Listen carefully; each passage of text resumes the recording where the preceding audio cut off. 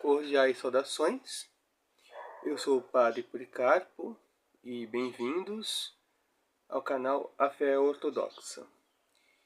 E o Lucas Paissenra, o comentário dele vai aparecer aqui, ele me impôs uma carga pesada. Pediu um vídeo para falar sobre o Nus. Escreve nous, mas ele é Nus. O Nus, nos padres do deserto e nos padres népticos.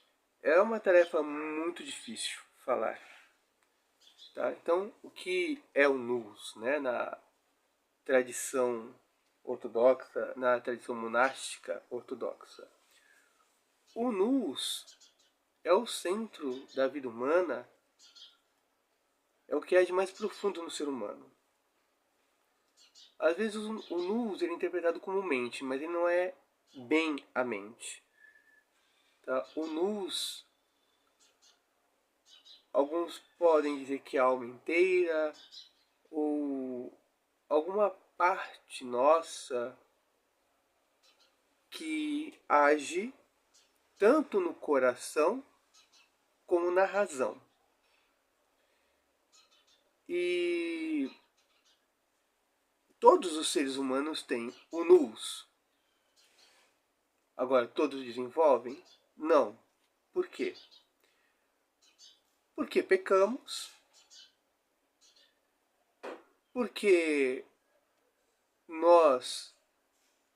muitos de nós não se arrependem, e os que se arrependem, muitos não se arrependem como deve se arrepender. Então, o caminho para o Nus, na verdade, o Nus é esse, não é o nosso intelecto puramente racional, por meio do qual nós apreendemos as coisas, assimilamos as coisas, raciocinamos, aprendemos e tudo mais. Por isso que nós somos enviados às escolas, aprendemos matemática, gramática e tudo mais.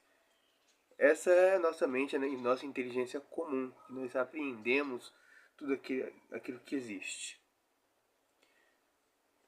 Agora, o Nus é essa parte mais escondida, essa parte que muita gente não acredita que exista. Então, o Nus, todo ser humano é criado com Nus. Então, o Nus é aquela parte que o ser humano deveria ter intimidade com Deus. É a parte do ser humano onde Deus lhe fala diretamente. Desde que este ser humano, claro, seja batizado, crismado, que participe dos sacramentos e que procure lutar contra as paixões, que se purifique por meio das orações do Combusquine, rezando incessantemente, ainda que de forma silenciosa: Senhor Jesus Cristo, Filho de Deus vivo, tem piedade de mim, pecador. E passando as contas do Combusquine. E todas as orações ortodoxas, as orações da noite, as orações da manhã, as vésperas, os cânones, todas essas orações, elas são feitas para buscar o verdadeiro arrependimento, as lágrimas. Não aquele arrependimento de ir para o inferno, mas aquele arrependimento que causa dor, porque nós nos afastamos voluntariamente de nosso Criador, de nosso Deus. A dor de você saber que está errado e que você se arrepende tanto que só lhe resta chorar. É por aí que se começa a limpeza da alma. Então, esse verdadeiro arrependimento, a gente não consegue de um dia para o outro. É um exercício diário, é uma luta que requer orações constantes. Então, para o homem ocidental do século XXI, numa época de racionalismo, ateísmo, ceticismo, falar do nus para eles é besteira, não existe. Então tudo é explicado pela ciência, segundo os ateus, né? A ciência explica tudo, o que ela não explica hoje ela vai explicar amanhã, e por aí vai. Nós temos também uma outra coisa que impede esse mergulho no nus, de voltarmos para dentro de nós mesmos e acessarmos essa parte que nos liga a Deus, que é o nus, tá? Que não é propriamente a razão humana, é uma outra razão que também existe, que nos conecta com o divino. Então, nossa atual época é difícil, porque nós temos a religião do ceticismo, que é o protestantismo, que quer investigar tudo, ao invés de aceitar a autoridade dos padres da igreja, ao invés de aceitarem a sagrada tradição, ao invés de aceitarem a autoridade dos bispos ortodoxos, e até mesmo em menor escala da igreja romana, porque ela conservou parte da sagrada tradição. Não, eles se rebelam, querem investigar tudo. Todas as doutrinas.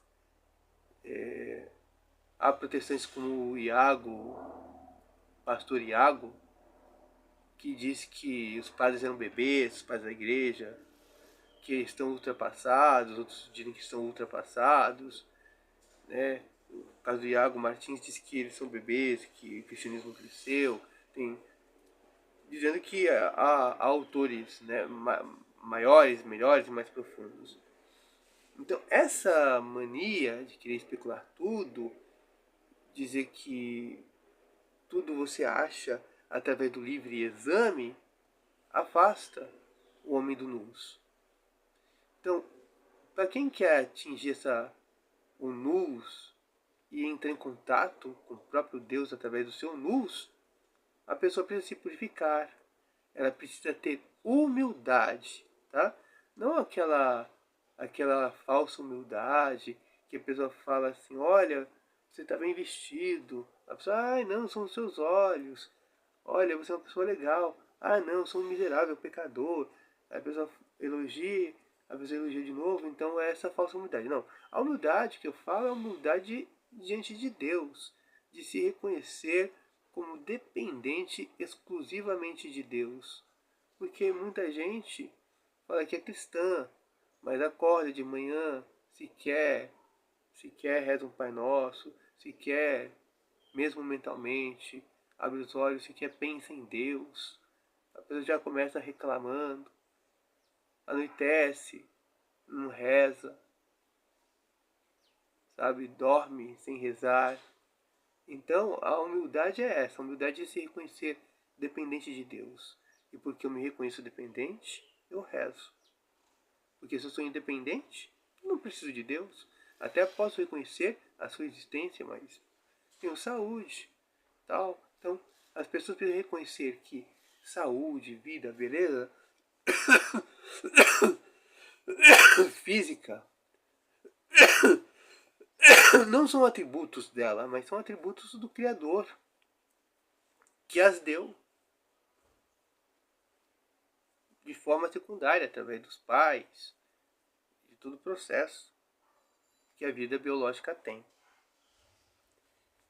Então, o protestantismo também, da mesma forma que o ateísmo procura ser racional, né, mas não vejo que seja racional, dizendo que a ciência explica tudo. O protestantismo, que quer investigar, que é a religião do ceticismo, que duvida de tudo, e por isso eles vão lá buscar nas escrituras, estudam grego, hebraico, quer dizer, alguns eruditos existem, né? E tem os aventureiros aí que acham que sabem tal, grego, aramaico, e ficam aí procurando o que significa o texto com os seus próprios esforços. Isso fica longe do nous. E nos dias de hoje ainda nós temos as distrações No século XIX era mais fácil qualquer pessoa se interessar por esses temas espirituais. Mas hoje nós temos a internet, né? Nós temos aí brigas religiosas digitais, as pessoas assistem vídeos de ateus porque querem aprender ou refutar os ateus. Então tem uma curiosidade que a internet traz. Nós temos a televisão, nós temos os bailes, festas. Então tudo isso dificulta as pessoas buscarem o luz. Né? Quem quer buscar o luz tem que viver no silêncio. É como Jesus disse no Santo Evangelho. Quando for orar, vai no teu quarto, fecha a porta e ora em segredo. E o teu Pai que está no céu te recompensará. Né? Essa é a ideia. Essa é a ideia. Ir no silêncio, mas a gente tem tantas coisas que nos distraem hoje, né? A internet, as redes sociais, nos afasta. E quem quer mesmo aprender mais sobre o luz, precisa ler a Filocalia. No caso, eu não tenho a Filocalia completa ainda, né? A Filocalia tem essa pequena, quer dizer, não tão pequena, mas aqui, pequena Filocalia, que é da Paulinas, que aliás paguei bem caro, aqui da Paulinas. Tem a pequena Filocalia também, que acho que é da Paulus, que aqui eu tenho o quê? Aqui nessa Filocalia eu tenho quase 800 páginas. Quase 800 páginas. Já tem uma outra que é verdinha, né? Que é da coleção do Peregrino Russo, coleção verdinha, que deve ter 200 páginas. Que deve dar isso aqui, de páginas. Mais ou menos. Uma coleção verde de livros do cristianismo oriental.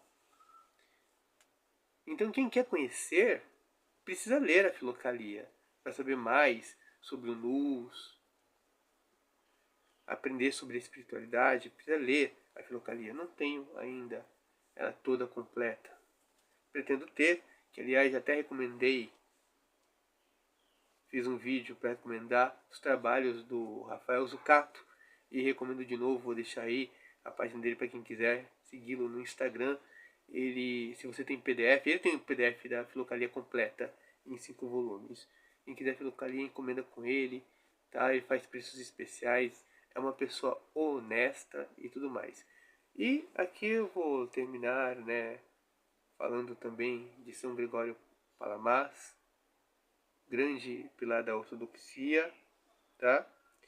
E quem quer adquirir um ícone desse aqui, também vou recomendar a loja Filocalia, que são de cristãos orientais ligados à Igreja Romana. São cristãos orientais ligados à Igreja Romana, tá? Então eu adquiri aqui o São Gregório Palamas, da loja de ícones deles. Também são pessoas honestas e propagam o cristianismo oriental. E com essa fala eu quero dizer que não sou ecumenista, mas eu tenho amigos de outras vertentes que os considero verdadeiros cristãos, embora não estejam na mesma igreja que eu. E que Deus sabe quem são os seus, mesmo fora da igreja a qual eu pertenço e que reputo ser a única verdadeira. Mas essas pessoas, em maior ou menor grau, também participam da verdade. E muitas delas são mais cristãs do que eu, que sou um padre. Bom, vou ficar por aqui e deixo com vocês aqui a bênção que São Gregório, e pelas orações de São Gregório, nosso Senhor Jesus Cristo nos perdoe e nos salve. Amém.